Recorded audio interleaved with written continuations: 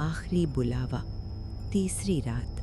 पूरे गांव में मातम जैसा सन्नाटा था। कौशल्या माँ ने बलराम को एक भारी लकड़ी की चारपाई से मोटे रस्सों से बांध दिया था। बाबा दरवाजे पर बैठकर मंत्र पढ़ रहे थे। कमरे के चारों तरफ नींबू और सिंदूर की रेखा खींची गई थी। रात के 2 बजे अचानक सन्नाटा टूट गया। घर के बाहर कुत्तों के एक साथ रोने की डरावनी आवाजें आने लगीं। तभी कमरे के कोने से, जहां कोई नहीं था, पानी टपकने की आवाज आने लगी। Tip tip tip. पूरे कमरे की दीवारें अचानक सीलन से भीगने लगीं। बलराम की आंखें झटके से खुलीं। इस बार उसके चेहरे पर इंसानियत का कोई नामो निशान नहीं था। वो रस्सों को ऐसे तोड़ने लगा जैसे उसके अंदर 10 आदमियों की ताकत आ गई हो। रस्से उसकी कलाइयों का मांस चीर रहे थे। खून बह रहा था, लेकिन वो बस खौफनाक तरीके से हंस रहा था। खोल दो मुझे, पानी बुला रहा है, पानी बुला रहा है।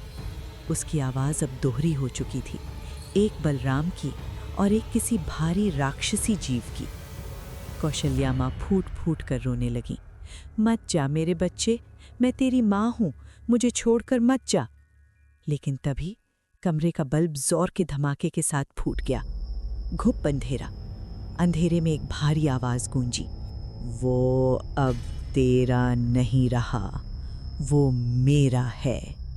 जब तक बाबा ने लालटेन जलाई, बिस्तर खाली था। मोटे रस्से टूटे पड़े थे। तालाब की तरफ भागो, बाबा चीखे। बाबा, कौशल्या माँ और कुछ गांव वाले दुधवा पोखर की तरफ भागे। जब वे वहां पहुंचे तो नज़ारा ऐसा था कि कौशल्या माँ वहीं घुटनों के बल गिर पड़ी। बलराम तालाब के बिल्कुल बीचों बीच खड़ा था। पानी उसके सीने तक था और वो वहां अकेला नहीं था। पानी के अंदर से 4-5 सड़े हुए काले हाथ बाहर निकले हुए थे, जो बलराम को प्यार से सहला रहे थे। एक हाथ ने बलराम का चेहरा पकड़ा हुआ था। बाबा ने पानी में कूदना चाहा, लेकिन जैसे ही वो किनारे पर गए, एक अदृश्य दीवार ने उन्हें हवा में उछालकर पीछे फेंक दिया। अचानक बलराम का शरीर कांपा। एक पल के लिए उस शैतान का सम्मोहन टूटा। बलराम ने किनारे की तरफ अपनी माँ को देखा। अब उसकी आंखों में कोई शैतान नहीं, बल्कि मौत के सामने खड़े एक बेबस इंसान का खौफ था। उसकी आंखों से आंसू बह रहे थे। उसने अपना हाथ माँ की तरफ बढ़ाया और सिर्फ इतना बोला, माँ। और उसी पल छपाक, वो सारे खौफनाक हाथ बलराम को एक झटके में पानी के अंदर खींच ले गए।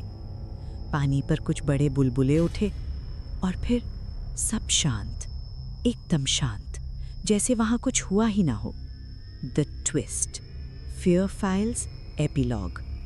कैमरा रघुनाथ बाबा पर आता है, जो कैमरे की तरफ देखकर बात कर रहे हैं। अगली सुबह गोताखोरों ने बलराम की लाश निकाली, लेकिन पोस्टमार्टम की रिपोर्ट देखकर पुलिस वालों के भी पसीने छूट गए।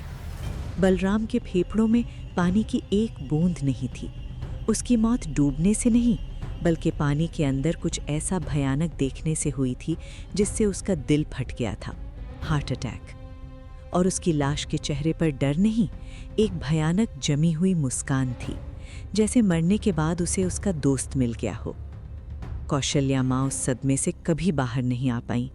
वो आज भी रात को उसी दुधवा पोखर के किनारे बैठकर अपने बेटे का इंतजार करती हैं। कहते हैं, आज भी बरसात की रातों में उस तालाब से 2 लोगों के बात करने की आवाज़ आती है। वॉइस ओवर, चेतावनी।